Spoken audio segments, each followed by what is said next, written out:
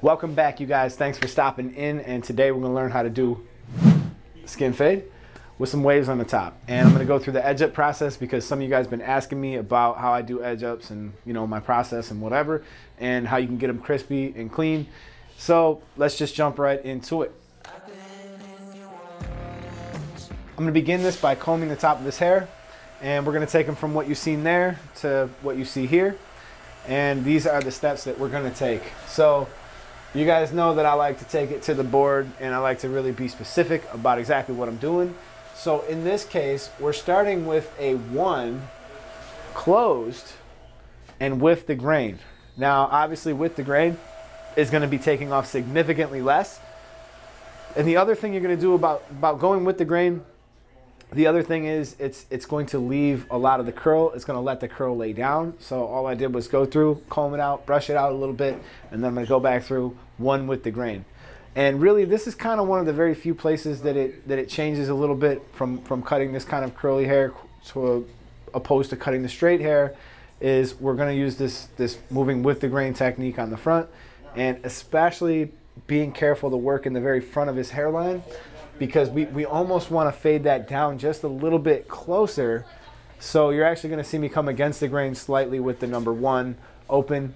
And what that's going to do is that's just going to make it a little bit easier to do my edge. Imagine if you were trying to do an edge up into a larger amount of hair, right? You can go through it 10, 15 times. You're still not going to get it right. So with that being said, I wanted to make sure that the very front of his hairline is maybe just a tiny bit shorter. Spray a little bit of hairspray on there. I'm going to comb it forward, and this is going to be part of where I'm setting myself up to do the edge up. But now I'm going to jump to my 5-0 line, and I'm going to put my 5-0 line in. So if you don't have a 5-0, you're going to put your skin line in with your trimmer. So I'll actually just put trimmer here. So I have my trimmer line, and then below that, I'm obviously going to use my skin machine. Now this is a place where a lot of people mess up.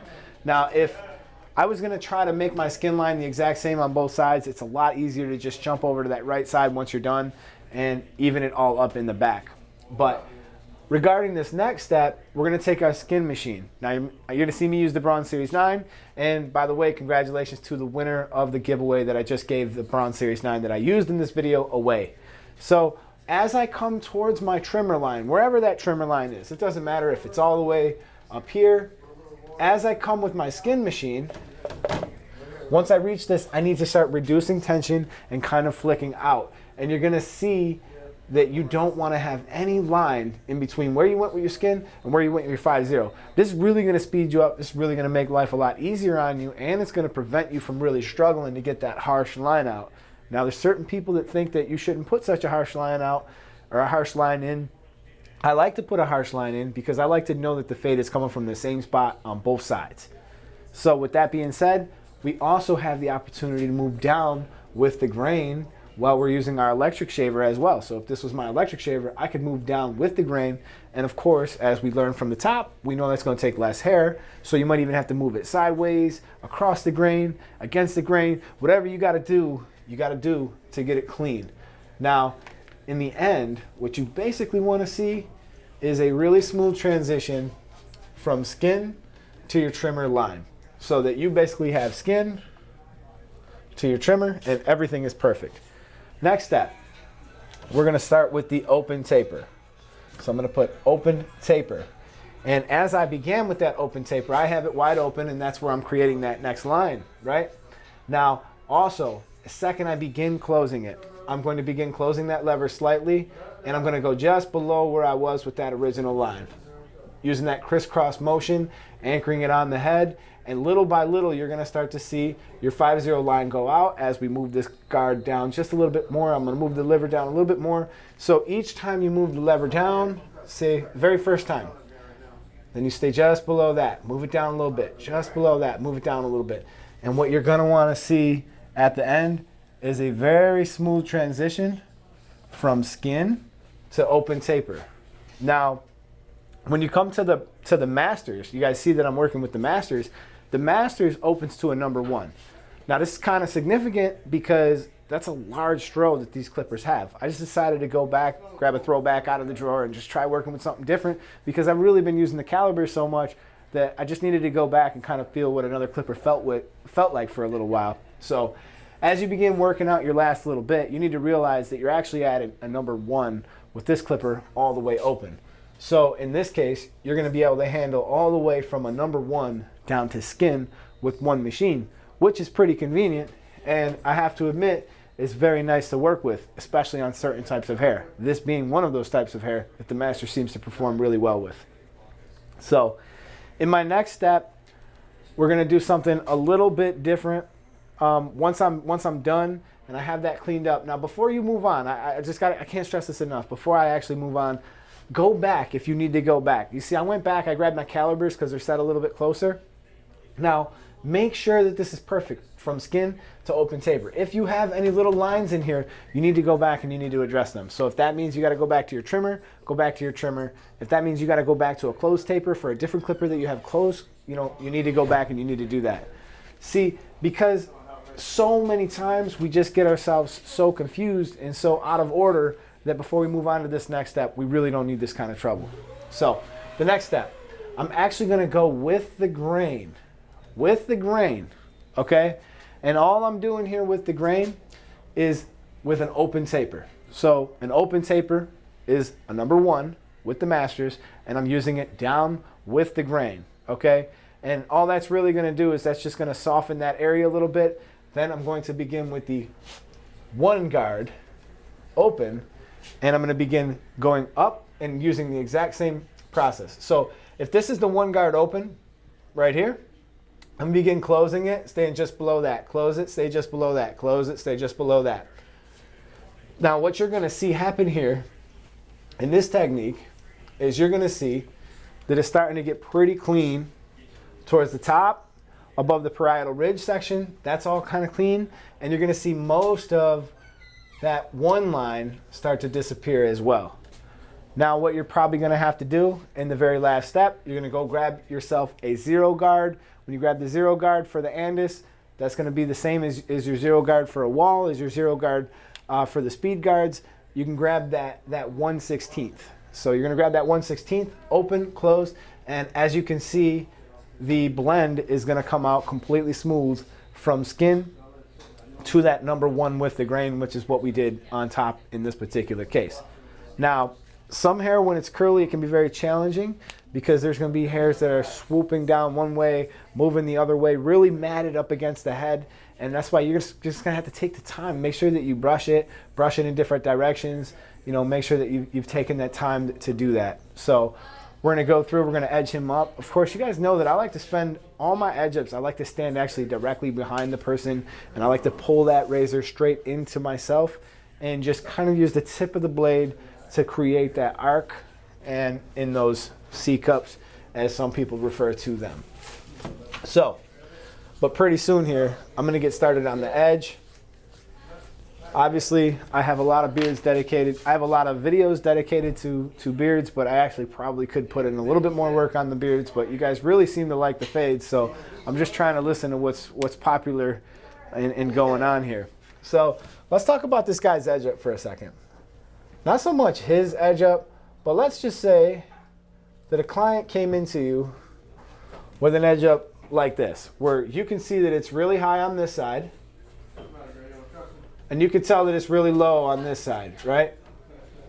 Now, which side would you guys start on, okay?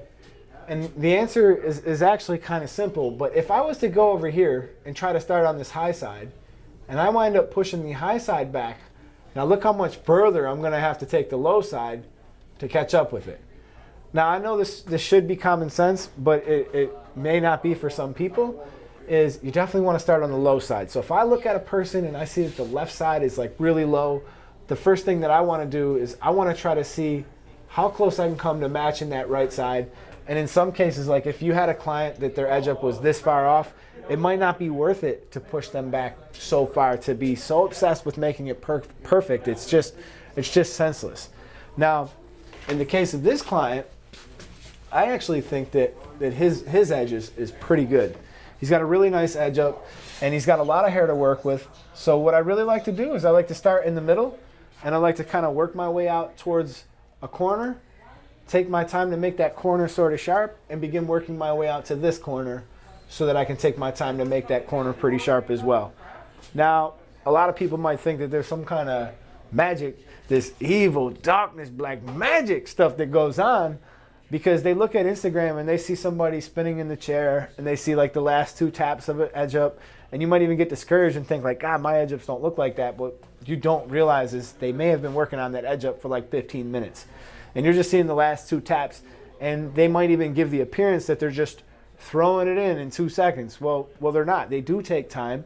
You have to stand back. So you have to look at it from a little bit further away, get yourself a good picture so that you're standing back from your mirror and towards you. So like, let's say you're 4 feet away from your mirror.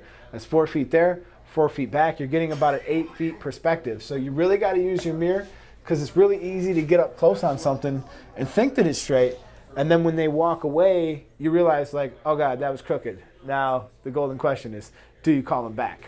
One thing that you can do also is like if you're really struggling with one portion of the edge still being a little bit lower, like after you've ran your trimmer and whatever, you can try to come directly against the grain with your straight razor, and you can move into the side that you feel needs the most work. And you can do that on both sides. But what I like to do is I like to go with the grain and then maybe come back against the grain, and vice versa. So it's kind of like whatever you sort of see your clients needs are, go for it. But all we're going to do here is we're just going to make sure that it's as clean as possible, and a straight razor is absolutely the best tool to do this. So I don't really think you need to concern yourself with going too crazy with making it perfect when you're going to go back through with the straight razor, and we're going to make sure that it is good. So we're just going to put the final touches on this gentleman right here, and he is just about done. And I want you guys to just let me know what you thought about the haircut. And I want to thank you guys so much for stopping in and checking this channel out. On to channel news. In channel news down here in Southwest Florida, we are dealing with a major Category 9 hurricane coming after us. So we have no water, we have no food, we have no gas. Okay, so me and Chad, we're going on a hurricane expedition. Show you guys how crazy it gets in some of the stores when we get a 30-mile-an-hour wind hurricane coming. I got my Nana calling me like every hour, wondering if I'm still alive. So earlier today we had a truck do this. It was a semi-truck, and it also hit one of my customers' trucks. So I got the video. You guys want to see it? Oh, he's close. Oh, I gotta go protect my vehicle. Wait a minute, I gotta go protect my vehicle. What is going on here? This is insane. It's crazy. Fridays are crazy, and it's pre-hurricane panic. Weird stuff is happening today. We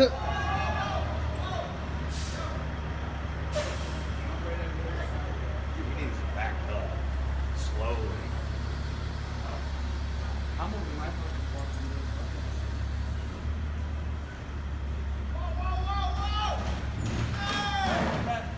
Got it. Got it. Got it on film. Got it. I got it on film. You did the truck? Yep, nailed it. I'm standing out front of this pizzeria as many of these people enjoy their last meal before the hurricane comes. All right, the gas line is real bad. It stretches for miles in like all directions, and we are gonna go see if they got water in the back. Okay, we were just over by the generators. They're gone. I didn't expect them to have any generators. And we're moving in on the water aisle. Looks like you can still get a lot of like fruity drinks and stuff. But let's face it, you're not gonna wanna take a shower with like tropical juice. All right, this is usually full of water from here to the backyard. There's usually water everywhere. Now I just seen a guy walk away in disgust, obviously a little mad that he didn't get his water sooner. There appears to be plenty of beer. Plenty of Coronas. There's plenty of Corona, but there is no water to be found anywhere. This is life in Florida during hurricane season. It's actually pretty awesome. I really enjoy these kind of moments. I'll probably miss this if I ever move away from Florida. Missing the hurricane? I do.